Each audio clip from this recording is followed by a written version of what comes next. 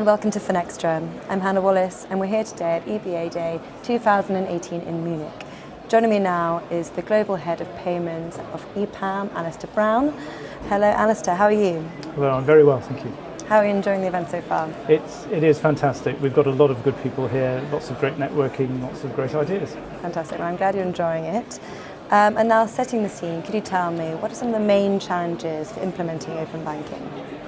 So we do a lot of work with organisations in the open banking sphere, and it's fascinating because we have a combination of very new technology, and this is better described as bleeding edge rather than cutting edge in many cases.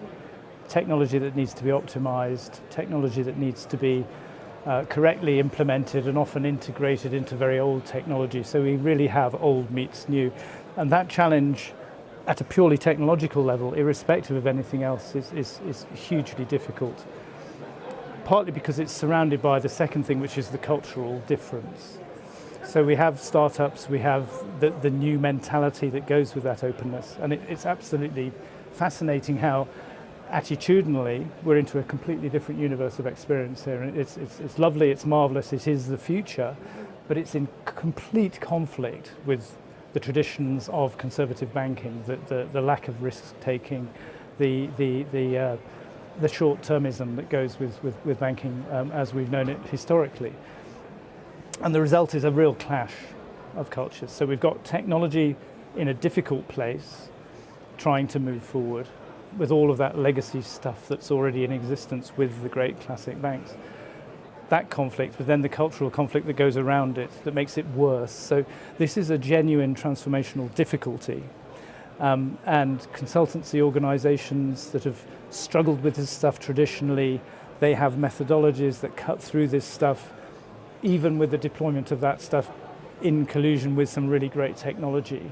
It's still difficult. So it's a rocky road. It's a road worth taking because we do end up moving the needle and going to a totally different place, but it's not straightforward. And I think you've touched on this already, but could you run me through how do you make a relationship with a fintech successful? We've talked already about the collision of technologies old and new, and the collision of cultures old and new. It's embracing that and working with them through their issues. In both of those contexts. So the larger context of the cultural difficulties that I've described, contextualizing the technological advancement. Okay, so it's hugely important to have a proper plan, and it's very easy to say that, and it sounds banal, but agile project management and practices are à la mode, big time, and they're a massive deception. Because if we have a startup organization that's not really practiced proper project management in the traditional waterfall way, and they leap straight into agile, there's a danger that it's actually an excuse for poor project management. And the result is the whole thing crumbles.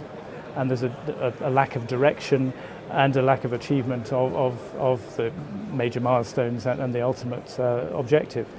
So this is genuinely tricky. My organisation is very good at agile when it comes to pure software engineering, and what we tend to do is bring huge efficiency simply by dint of doing the work we do, because we understand the advancement that agile gives you over classic project management in a waterfall sense, and indeed the requirement to blend them from time to time. A lot of startups haven't got a handle on that because they just haven't had the exposure to many programs, and that's the best way to learn, of course. Effectively, when we deploy our software engineers into one of these programs, what it needs is not only the correct implementation of that agile technology methodology, but also overall supervision with a correct management structure that coordinates with the C-suite of the organization in question, such that we end up with real coherence from top to bottom. Easy to say, difficult to do. And I'd love to hear your thoughts on APAC. Would you say it as a consolidated marketplace or a fragmented, multicultural nightmare? We all like to think of APAC as somehow an integrated set of countries. Far from it. We have a client at the moment operating in a dozen different APAC countries. And it's fascinating the extent to which the overall senior management desire for rationalisation, standardisation, consolidation, consistency is being completely undermined by local regulation. And increasingly there's actually a trend for further fragmentation, alas, due to the fact that increasingly payments processing, for instance, has to be done on soil, in country. That's already the law in India, so we need a totally different solution for that, using Indian resource, Indian methods and so on, as completely distinct from, say, Australasia or Taiwan or Macau or whatever it is. So for all that there is a real desire for consistency in order to make massive savings across the entire space, that's only partially possible. And it's not even Pareto 80-20, I suspect it's more 50-50 as well. So there's a lot of hard work out there to make it all happen. And finally, Alistair, what does the future hold for the payments landscape? So I think we have a very interesting case here whereby there's a lot of great thinking, a lot of FinTech advancement happening in Europe, and the pace has been forced essentially by regulation. So we have SEPA PSD2, we have a structure, we have a set of requirements which is effectively putting Europe ahead of the game to some extent.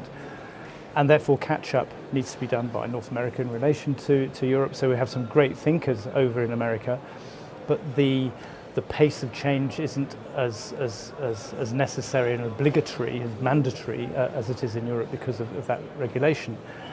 So there's a lot of work that can be done lifting great ideas from the one to the other and back again. So I think the next few years we'll see that rebalancing of power, if you like, between the various regions, not to then neglect Asia Pacific, where for all that it is fragmented in the way we've discussed, there's a dynamism and a level of innovation and creativity which is just sublime. So it's going to be fascinating. It's a great journey.